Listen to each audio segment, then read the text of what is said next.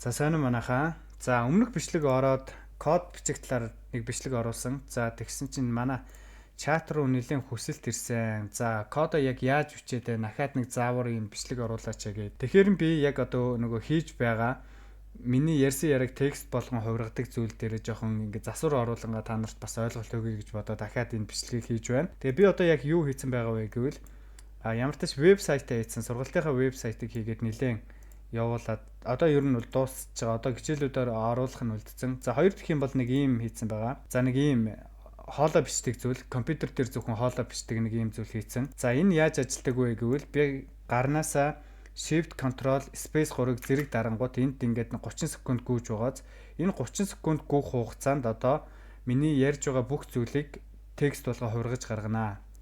За би ингээд зогсооч. За тэгэнгүүт ингээд миний ярьсан яриг ингээд текст болгоод хувиргаад гаргадаг зүйл хийж байгаа.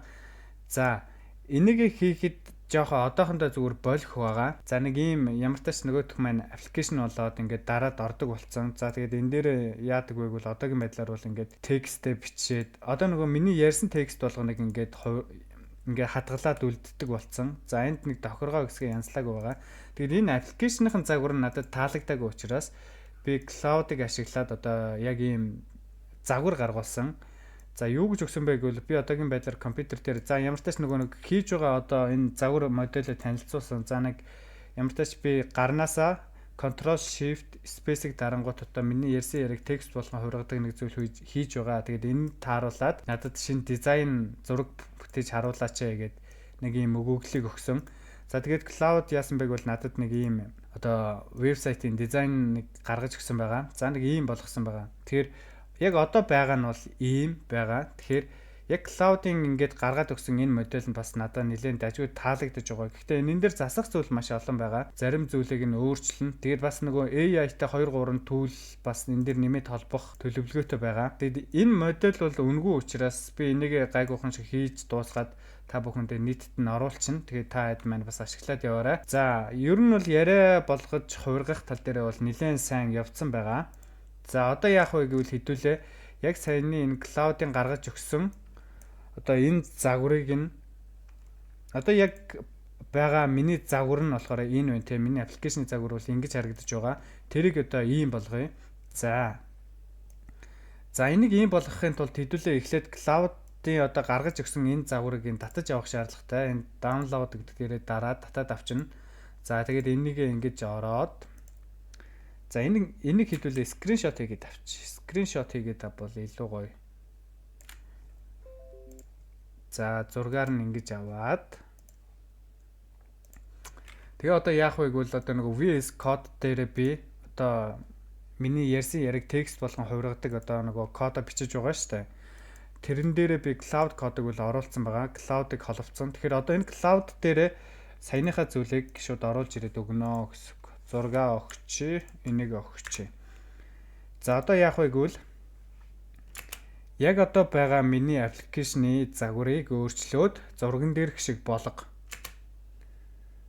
Яг одоо байгаа миний аппликейшны загварыг өөрчлөөд зурган дээрх шиг болго гэд гараад ирж байна те. За одоо хэдүүлээ энийг ингээд үргэлжлүүлэх дарчна. За ингэснээр одоо өөрчлөлтийг бол cloud хийгээд эцсийн үр дүнд миний одоо яг энэ хийцэн байгаа энэ загвар аппликейшны загвар маань өөрчлөгдөөд бидний одоо хүссэн загвар руу шилжиж орж ирэх нэ. Яг энэ загвар руу орж ирнэ. Тэгэхээр cloud-ыг ашиглаад хэдүүлээ ахаад өөр загварууд гаргая. Тэгээд тэрийг ингээд энэ дээр ашиглаад илүү гоё болгоё. За cloud code ерөнхийдөө кодо бичээд дууссан гэж байна. За одоо яах вэ гэвэл хэдүүлээ энэ хуучин юугаа гаргаж байгаад энийг ажилуулад за өөрчлөлт орж иржээ. Яг өгсөн зурагны дагуу хувирч орж ирсэн байна те. За түүх хэсэгтэй. За түүх хэсгийг нь хэдүүлээ нэг шалгаад. За чи миний ярьсан яриг түүх болгон хадгалж байна уу? За энэ чинь үлдэж байна те. За энийг нэг хараад. Энэ өөрчлөлт байна уу? За юм болсон байна. За одоо би та бүхэнд бас нэг сонирхолтой юмыг зааж өгье.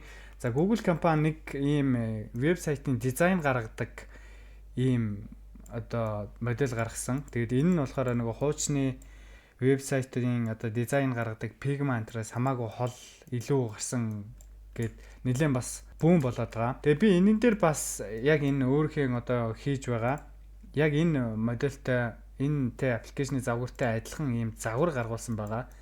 За юу өгсөн бэ гэвэл мөн л адил би нөгөө нэг түрүү cloud дээр өгсөн prompt өгсөн. За энэ prompt яг ямар учиртай вэ гэвэл одоо та яг ямар одоо вебсайтын дизайн хийх гэж байгаа те. Танд яг ямар вебсайтын дизайн хэрэгтэй байгаа. Тэрийг илүү сайн тайлбарлаад бичсэн зүйл байгаа. За би одоогор бол одоо компьютер дээр микрофоноо ярихад маус хаана байна те. Тэр газар монголоор текст болгоод гаргаж ирдэг зүйл хийж байгаа. За одоогор үүнийг ашиглаад давуу тал нь чиний хийж байгаа вебсайт чинь яг ямар давуу талтай, дотор нь яг юу байхаа те. Тэрийг ингээд сайхан тайлбарлаж өгөөд чи надад одоо орчин үеийн дизайн загвартай зураг бүтээж харуул.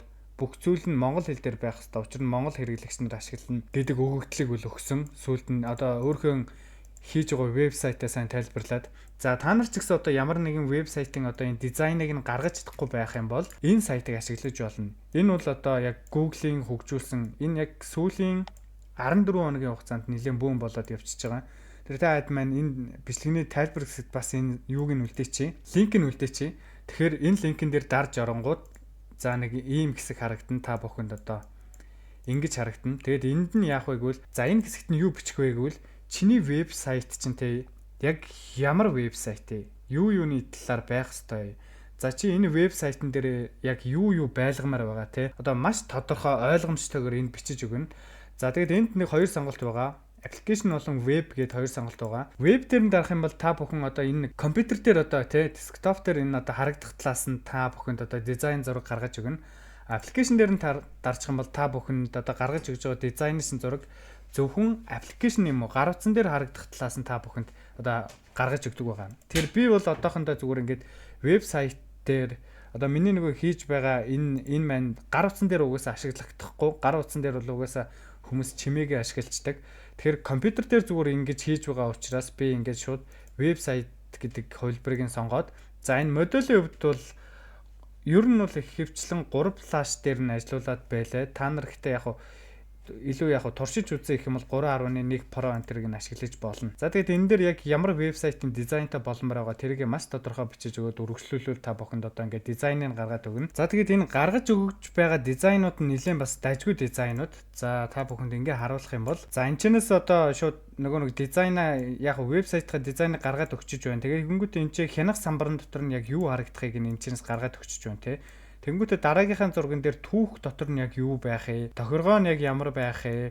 За нөгөө нэг ажиллаж байгаа те миний одоо энэ секунд гүйж байгаа энэ маань бас ямар харагдахыг гээд ингээд дизайнууд нь гаргаад өгчнө.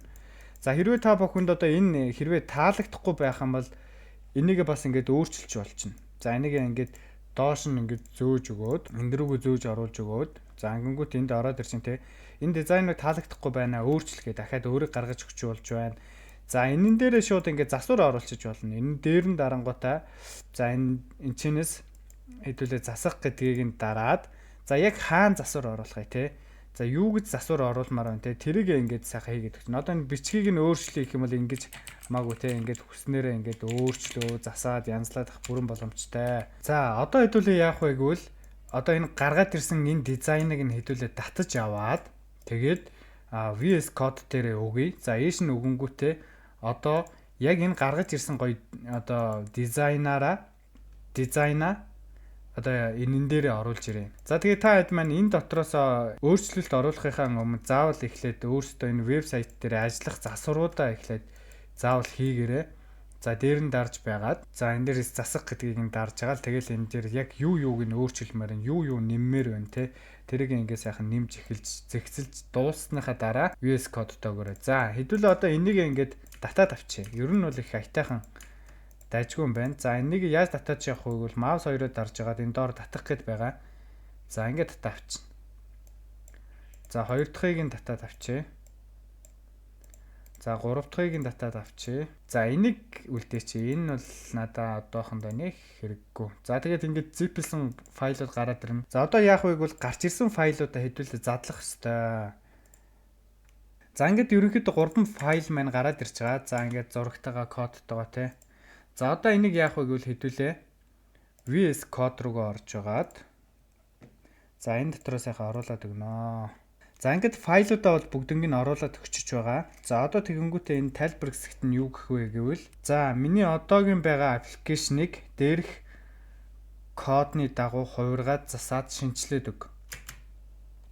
За миний одоогийн байгаа аппликейшнийг дээрх кодны дагуу хувиргаад засаад шинжилээд өг.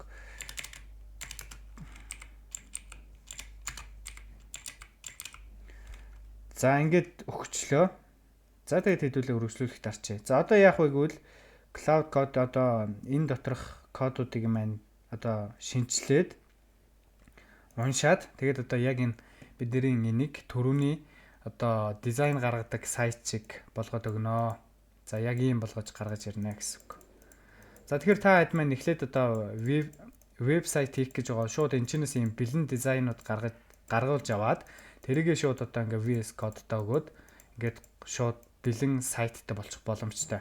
За ерөнхийдөө бол болоод дууссан. За одоо хэдүүлээ яах вэ гэвэл түрүүнийхээ нэг вебсайтыг энэ дээр тавьж байгаад за нэг иймэрхүү юм байсан те. За одоо яг бэлэн болцсон юугаа оруулж ирж харъя. За энийг жижиг болгоод ийм болгоод за яг одоо нөгөө бэлэн болцсон чинь за энэ ерөнхийдөө бол төстэй. Гэхдээ нөгөө хуучин загвар дээр хийсэн болохоор микрофон энтер нь жоохон ондоо ороод ирсэн байна те. За энэ доотлын төхөөрөмж текст мекст нь бол яг адилхан орж ирсэн байна. За хянах самбар түүх юутай. За түүх дээр нь дараад үзье. За түүх хэсэг нь бол арай ондоо орж ирсэн байна.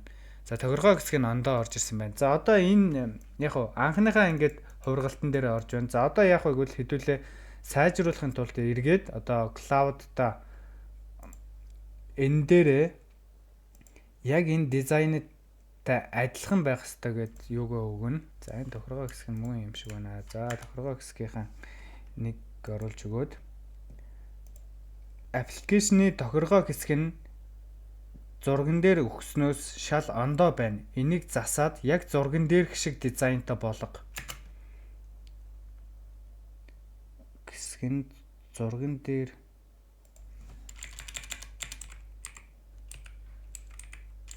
өгснөөс шал ондоо байна. Энийг засаад яг зурган дээрх шиг дизайнтай болго гэлээ. За тэгээд хэдүүлээ энийг ингээд за үргэлжлүүлэхт арчи.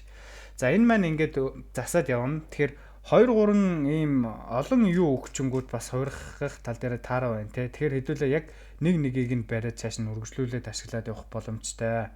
За ингээд ерөөхдөө засаа сайжруулах бүрэн боломжтой. Ерөөсөө бол ямар ч асуудалгүй ингээд засагдаад явах байгаа. За тэгээд энэ миний энэ хийцэн байгаа энэ болохоор ямар ч одоо төлбөр гарахгүй 100% өнгөө байгаа. Тэгэхээр энэн дээр нэмээд бас нэг AI-аар 2 3 түүл бас нэмэгдээд орно. Тэгээд өдөрт бас оройн цагаар ерөөхдөө энийг хийж байгаа болохоор бас шууд дуусгах чадахгүй л байгаа даа. Орой болгон ингээд бичээд явж байгаа учраас. Тэгээд энийг хийж дуусгах та хадтай бас одоо нийт тавьчих учраас та хэд маань энийг бас датад ашиглаараа. Ерөөхдөө та хадын цаг одоо компьютер дээр бичих зүйлийг чинь бол хэд дахин хөнгөвчлсөн тийм зүйл болж байгаа учраас та хэд маань бас энийг цаашаа татаж яваад ашиглаарай. За тэгээд энэхүү хийж байгаа модель дээр бас нэр өгөөгүй байгаа. Тэгэхээр та хэд маань энэ бичлэгийн комент хэсэгт бас гоё нэр санал болгоорой. Тэгээд хамгийн их таалагдсан гоё нэрээр нь бас нэрлээд тэгээд та бүхэндээ бас хийж дуусгаад үнгүү хөлбөрийг ингээд оруулчих учраас та хэд маань шууд татаж яваад компьютер дээр ашиглаад яваарай. Тэгээд бас энэхүү модель дээр бас нэмүүлэхийг хүсэж байгаа зүйл байх юм бол бас оруулчих болно. Энэ дээр бас нэг AI-аар орчуулга энтер хийдэг зүйл нэмээд оруулчих гэсэн бодол байгаа. Ер нь бол танаас ямар ч мөнгө гарахгүй та зүгээр ингээд компьютер дээр татаж аваад суулгаад тэгээд ашиглаад явах боломжтой байгаа шүү. За тэгээд өнөөдрийн бичлэг та нарт таалагдсан гэдэгт итгэлтэй байна. Бас бичлэг маань нэлээд удаан болчлаа. За тэгээд дараагийн видеонууд дээр бас энэ код бичгээс гадна энэ хэмэл оюун ухаанаар хийж болох ажлыг чинь хөнгөвчлөх зүйлсийн талаар оруулаад явна. Тэгээд та хэд маань манай сувгийг дагаагүй бол дагаад за энэхүү бичлэгэн дээр лайкаа дараагүй бол дараад тэгээд энэ миний хийж байгаа энэ зүйлд маань бас нэрүүдээ ямар нэр өгмөр байна те. Тэгээд бас энэ модель дээр яг ямар зүйл нэмүүлмээр байна. Тэрийгээ бас энэ бичлэгийн комент хэсэгт үлдээгээрэй. За тэгээд хэдүүлээ дараагийн бичлэгээр уулзтлаа. Баяр та guys.